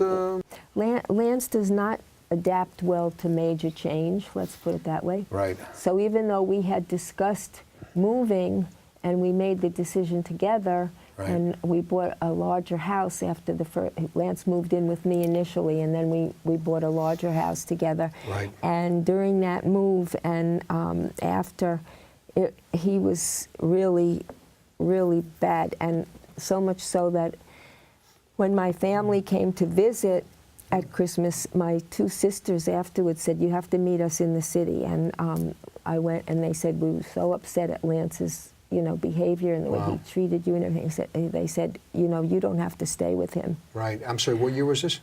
03. 03, right. 03, 04. So then after and then that... I did speak to him, and I said, we can't go on like this. Right. Were we in And- the Austining house at that point? Yeah, we had just moved in, and so then we went away. We went back to where we had our honeymoon, and it was good because you got a lot Sort out. of reinvigorate the marriage, you're saying? Well, he kind of just, I think, came to terms with a lot of what he was feeling and going through, Right.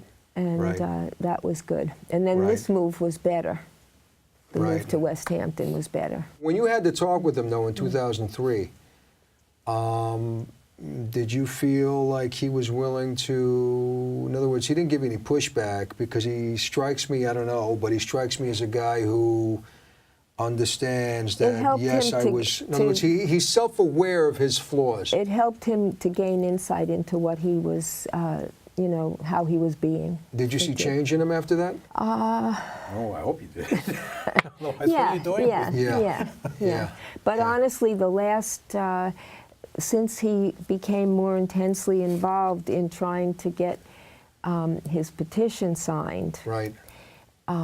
it's been very difficult, because if he sees that there are no, like Sunday, no, it was Monday morning, he Right. went into really a horrible tirade about the petition not This being this signed. past Monday morning? Yeah. Right. Mariska Hargitay of Right. SVU and her Joyful Right. Heart Foundation. Right. This is right up their alley. Right. They Right. totally ignore me after 6 months of trying to communicate. You know, I noticed, though, I mean, the most redeeming thing that I see in Lance is, as you're going through this stuff, and you're telling me about 2001 and 2003 and sort of these moments of, let's call it what it is, verbal abuse. I noticed, though, that he gets very emotional. Yeah. And he really, so that shows me that it's a guy who's very self-aware, and he understands the damage that he does, but on the flip side, he might also understand that sometimes you just can't control it. It just comes out. I don't want to hurt this woman. Right. Oh, but he can start early in the morning. He can get so angry. As soon as I get up. Right. Yeah. Well, And if I wake up early, it's because I've already been thinking about people who betrayed me, in my head.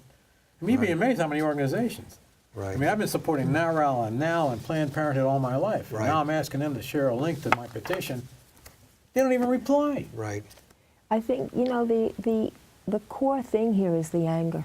Yeah. I mean, you're telling me with the suicide, which is still lingering, and that's got to put some pressure on you Well, on some level. I think of all the lack of support to protect the kids. I was told 20 years ago by the National Center for Missing and Exploited Children that I will never succeed in bringing legislation on a federal level that'll protect kids by giving them a voice, by eliminating the statute of limitations. And I said, that's not possible. And I'm not going to stop until it happens. But, I mean, I feel like I'm being betrayed every which way I turn. Right. I've been trying for years to get congressional candidates to run on this issue. Well, And they don't. They don't want to get near it.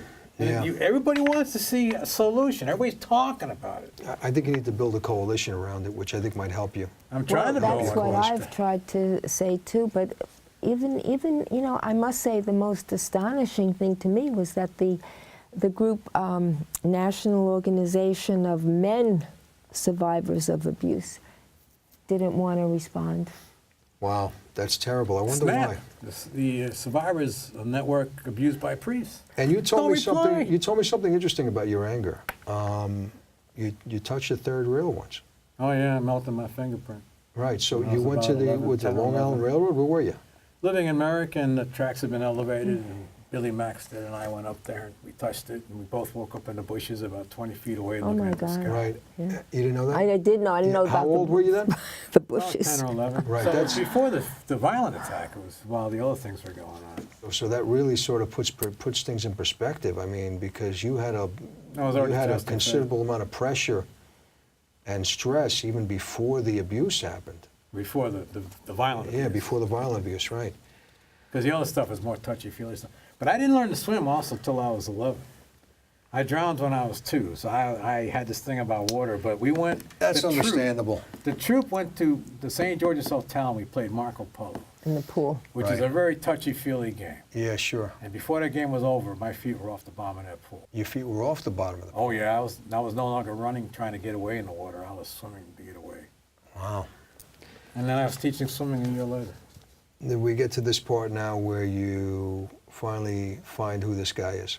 Was his name Roger? Roger? Your Yeah. abuser? Yeah. I can give you- I- you say it so casual. You say it's, oh, Roger. you know, you say it so, he's so cavalier about it. When I first started thinking, was I abused? I mean, because the therapist I had met Yeah. before we got married said, Yeah. "Do you think you're ever sexually abused?" And I said, "No, I remember that." And then I saw a friend who was being trained to be a therapist. She was friends of ours, and I Yeah. said, "All right, I'll give her 6 sessions too."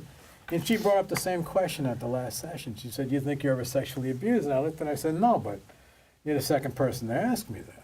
Yeah. So I started thinking, I mean, who could have abused me? Was it my Uncle Tim or my Uncle Joe? So what would you think of them, though? Well, I mean, Uncle did Joe you- was a did little you- funny.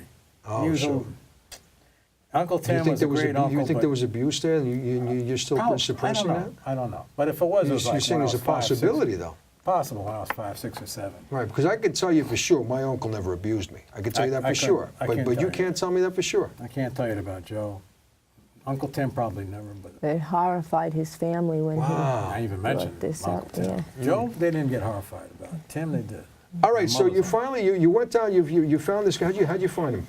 Let's recap that way. How did you? I heard he'd moved to Boca Raton, Right. so I drove down there and just knowing I'm going to find him. I'm pretty good at finding. Well, what did you do? finding How people. would you looked him up in the phone book? Would you? No, this was I back in got down there 94, and- 95, right? No, well, I got down there to West Palm Beach. I told the police while I was there that I was going to confront him. You walked into the police station and West you said, Palm "I'm Beach. here to find my abuser, and No, I'm going to confront." I'm here to confront him. Yeah, I know he's in And Boca Raton. He what- actually was in Boynton Beach. What turns did they out. say?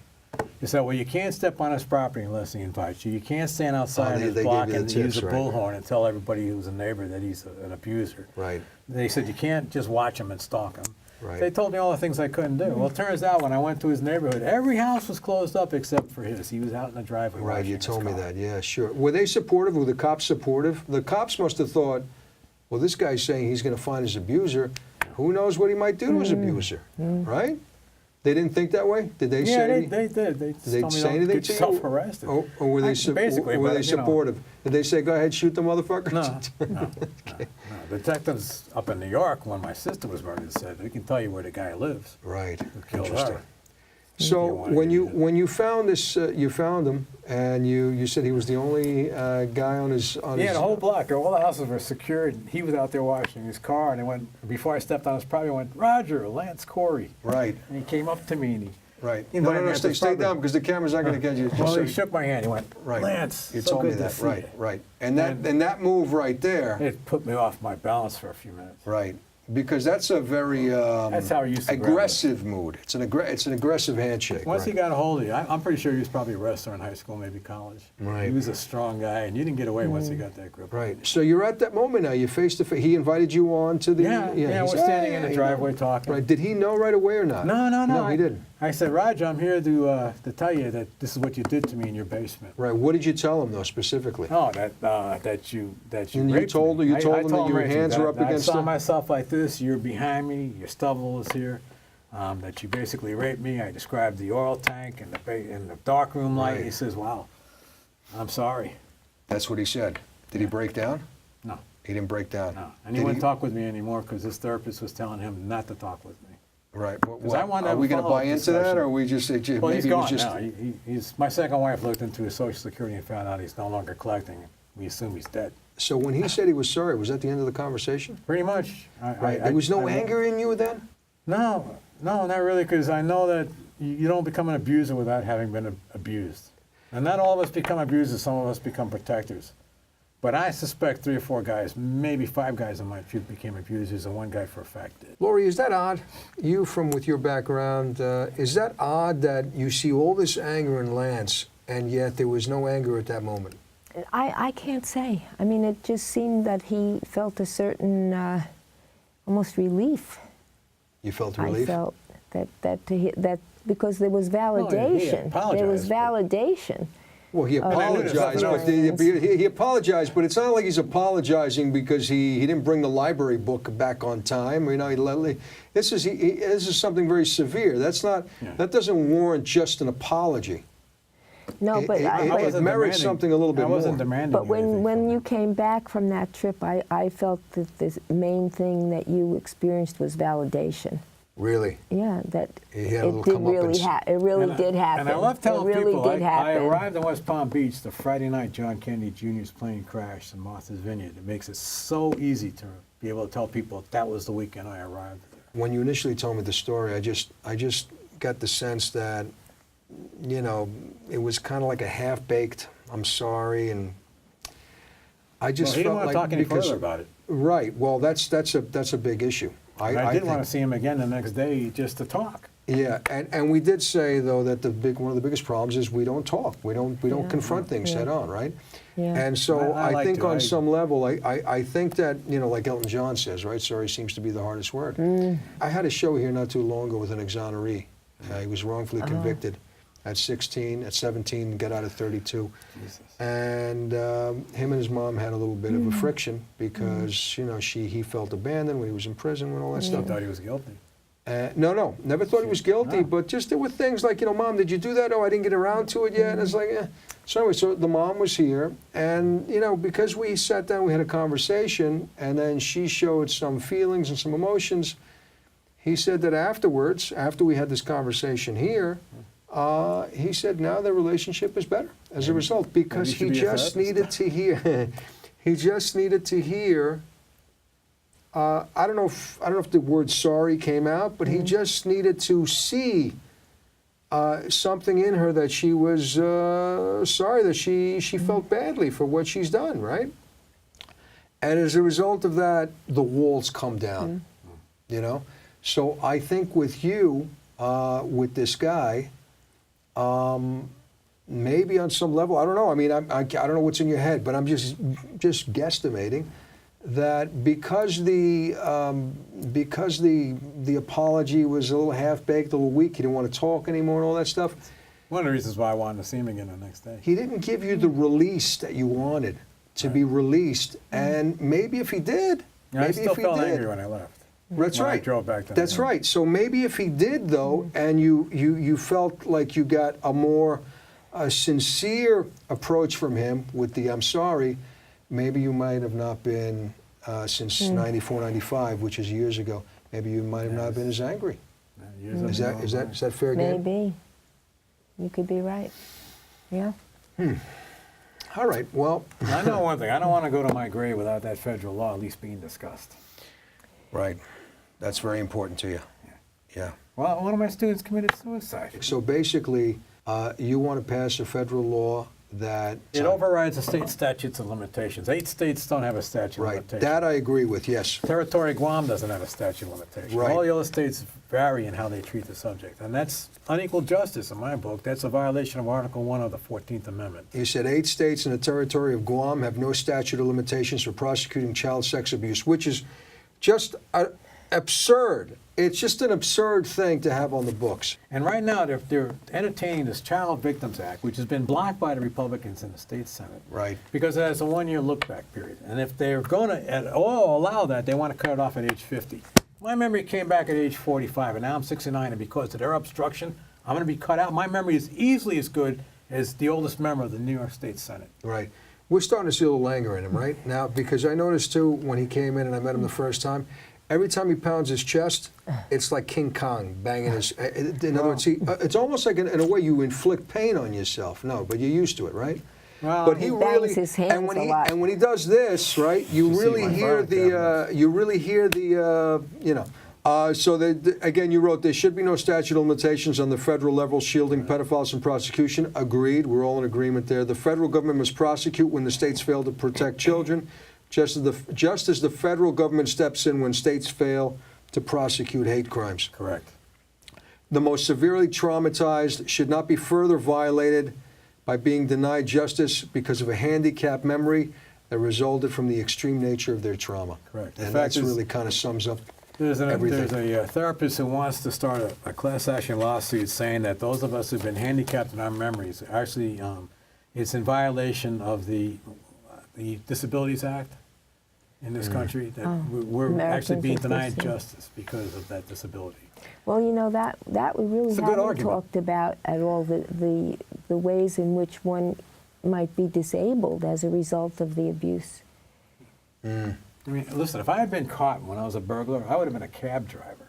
Instead of getting a degree from Notre Dame, a degree from Truman State, a degree from Long Island University, getting a Fulbright to go to Egypt, getting a Fulbright to go to China, Right. meeting this lovely woman, I mean, I could have driven a cab and boarded all my passengers. But I with all mean, my politics. the research really does show that you know, people have very difficult times with relationships, with their sexual relationships. Well, listen, I don't need And, research to tell me that. I mean, it's common sense. I mean, okay, the research is fine and it backs it up, but you know, common sense would say that, you know, if you have stuff happen to you as a child, you might turn into a basket case, and then whether it's this way or the other way. Well, check this out. Every serial killer. I got a question to ask you before you get to that. Well, good. Every serial killer I what? talked to a couple of detectives because I'm writing this book, Damaged Goods, I'm dedicating to a student of mine. Yeah. And these serial killer experts said that that's the one abuse they all have experienced, every serial killer. There may be a whole range of other abuses, but that one, every one of them has in common. Yeah, but you know what though? I've seen videotapes of Ted Bundy getting interviewed, never remembered. and he claimed that he had an idyllic childhood. There was nothing that would ever turn him into something like. However, maybe could be lying. I don't know. Maybe he doesn't I want don't to. Or forgot, never remembered. Or forgot, maybe, possibly. I don't know. I could have gone through my entire life never remembering, except for this woman, making me feel loved and huffed. Safe. Oh, I can't reach because Go I'm ahead, so- reach. I love that. It's so beautiful. Saved my life. And now I'm on a mission. I can't die until it's done. But unfortunately, he's consumed by it, so he doesn't enjoy his life in the present at all. Yeah, Or that's very little. that's the roughest it's part. really, That's really the roughest difficult. part. You go into a tragedy in life. That's the PTSD right there. I'm not sure it'd be any different, though, because I've been predicting global warming and And hours you spend writing letters in the middle of the night and everything going after the else, French for 42 years, and Morley demonstrating. Saber and- telling me I had an axe to grind. I'm looking, I'm like, what are you talking about? I want justice. Do you ever sometimes feel a sense of responsibility that you didn't out this guy? And as a result, because you met him over 20-something, 94, 95, was it No, 94? 99. 99. So 99, it's close to 20 years ago. Because you didn't out him. And Yeah, I really should have said something publicly so you could have sued me, and then I would have been in the courtroom. Well, no, not just that, though, but because if you don't out somebody, who knows what he might be fucking with other kids? Well, from what I understand, he did his own kids. So don't you feel a sense of responsibility that you didn't take it into your own hands to actually, on some level, At what age? in 1999 when Oh, you came up to him and 1999? you caused a bigger ruckus and you said, look, there's a pedophile living in this Yeah. house. Yeah. You didn't do any of that, though. Well, I told the cops. That's it. You told the cops. Yeah, All they right. told me if you tell his neighbors, no, you'll probably get sued, and I wished I had. Wait a minute. Wait, the cops told you if you tell his neighbors, Yeah, you're you going to can get get sued? sued for libel, and then you're going to have to prove, which would have been difficult to do. But, Jesus I wish Christ. I had done that, because then he would have sued me, and they would have dragged me into court. Well, that's and I a would have had backwards. chance. That's a backwards thing. So in other words, so basically, it's his word against your word, Right. Yeah. and then he can sue you for libel. I mean, look, you know, I kind of understand that law on some level because anybody can say whatever they want. I right? believe a lot of rapists, a lot of people who sexually harass women, people Yeah. who are bullies, I've had things along these lines that have happened to them. I don't think there is a part of you that ever got the closure that you needed. I'll be happy if I can get this changed in the law. All right. And that's important to you. I got you. Okay. And I can Well, see how important that is to you. I had a student, Crystal, who didn't smile in my class the whole first month she was in my class. She was tough. You didn't want to cross her, but she argued with me every day. I was acting like an autocratic monarch. Right. And I went up to her this Friday and said, after the test, Crystal, you've been a pain in my ass this whole month. I like that. You should think about going to law school. Because you like to fight back. She went home and killed herself that night. Oh, God. Jesus. She hung herself. And so I can't quit. Wow. So what do you think? You think she was going through some stuff Oh, privately? it turns out when I went to her wake, the kids in the class told me it was either her mom's boyfriend or her grandfather. They weren't sure. Oh, God. And you can see the change in the photographs from this kid when she was 10, 11, 12. Sweet, oh my God, you didn't know? And then 14, she was like, don't fuck with me. And that's really what it comes down to. It's not so much the act itself. It's the aftermath of the act where you have to deal with this thing. And it's so debilitating because it's private too. You don't want to come out and talk to people. Is this, I'm assuming the first two marriages were a learning curve for you, and is this going to be the final marriage, right? You're not going to... If my mom was here, she'd castrate me if I had anything screwed up with this marriage. Right. The third marriage is not a building block to your fourth marriage, right? This is going to be the last one, right? You finally figured out how to do it right. And you as well, because you got married at a young age, so that's understandable. You know, my first one was, my parents had moved to Spain, and I replaced them with my first wife. And she wanted to get out of her family's house. You're writing a book, Damaged Goods. Right. You want to talk about that a little bit? Yeah, we're devouring our children and spitting out damaged goods. Right. We're And cannibalizing how them. far into the book are you? I've written about 4 chapters, but now I have to find them. Okay. All right. Because there's a lot of papers. Is he a good writer? I think so. Yeah. I mean, there's things I'm ashamed of, but people need to know so Yeah. that it doesn't happen to others. Sure. I agree. And I applaud you, and I applaud passion. I applaud the fact that you've been through this stuff and you were able to. It's fair to say that he's a survivor. You survived it. You survived. I'm it. lucky. I'm on a lot of borrowed time. Because your student who you spoke to, tried to get her into law school, she didn't survive it. No. And so who knows what the demons, what kind of dark shit was going on in her head. So I applaud that. Well, I'll tell teachers, if you see a 9th grader coming into your class and they're really angry, I mean, I took the sex abuse classes where you had to recognize it. I didn't recognize it until my memory came back, and it's, my God, I'm surrounded by abused kids. Right. I mean, Right. we're killing ourselves. That's rough. We haven't departed too far from our chimpanzee DNA. That's a great way to end the show, frankly. Lori, do you have any other kind of what do you have any concluding remarks, comments? Well, I would just say that it's very, very difficult for someone to get to the point where they feel more like a survivor than a victim. And I think Lance really isn't quite there yet, truthfully. That's interesting. And that's coming from your wife, man. She knows you better than anybody else. I take her serious. So when you hear that, and that's interesting that you choose that to conclude with, and I get the sense that you choose that to conclude with because it gets taxing on you. It's trying. The marriage gets taxing on you. It's the reality of our life. Right. Yeah, I'm sorry. Right. Yeah. Right. But he looks you in the eyes and he says he's sorry. And you know what? There's a lot of love here. I feel it. Oh, yeah. I mean, I feel I it. love him very much. If you had to do it all over again, would you pick somebody else? I would. He wouldn't, and he says it without a doubt. There isn't a single doubt in his mind. No doubt. And I can see why. I could see why. Lori, you're pearl in a sea of shit. God smiled on me, bringing her to me. Right. He can just put his hand on my head and that's it. When you hear her say that and she concludes with that statement, do you automatically in your mind say, maybe there's more I need to do, just on her behalf I don't know alone? if I'll live long enough. Right. Oh, so you say it's a long journey ahead to really get back to at least I some don't know if I'll semblance ever of. get to the end of it. Right. But I know if I can get these changes in law, that'll be a big step. I feel we don't have the right to complain about our weather because we are so fortunate compared to so many people all over the country with the floods and tornadoes and hurricanes. Oh my God. I agree. And that's a great way to end. spoken Yeah, you from, better get it from her. from a true. You know, I feel every From a true day I have so empathic, much right? to Is it be empathic? grateful for. Empathic. Yeah. You know, Best to get the concluding See, remark I from her. wish he could feel more that way. No, I think he does. I I know think about he the wave does. that's coming, too. No, I don't think so. You don't think he has No. enough of it, but he does have some of it, no? No, because the anger overpowers his empathic side. But there's something else. I did drown. I was dead when I was 2. And I may have looked into the future because I make predictions and they all come true. And it's, Right. No, but I mean that each day there's so much that you could be thankful for and you could enjoy, and instead you're consumed by these causes and the anger and you know, it's very sad. Yeah. I think the happy note that we can leave on is that he is a survivor on some level, and there is a lot of love between you guys. I see it. I feel Yeah. it. And I think the greatest thing that I can say is that you love him enough to stick by him. she's crazy. And you know what? Yeah, you might be a little crazy, you know, but you know what though? Love is crazy. Well, I feel bad for her.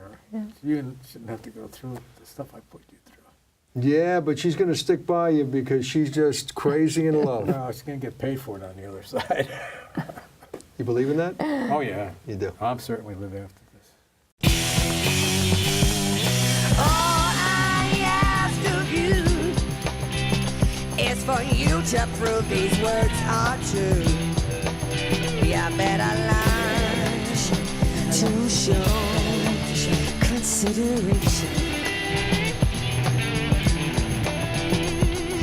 All I ask of you is to listen to my point of view. You better learn to show consideration. You should have learned to show consideration.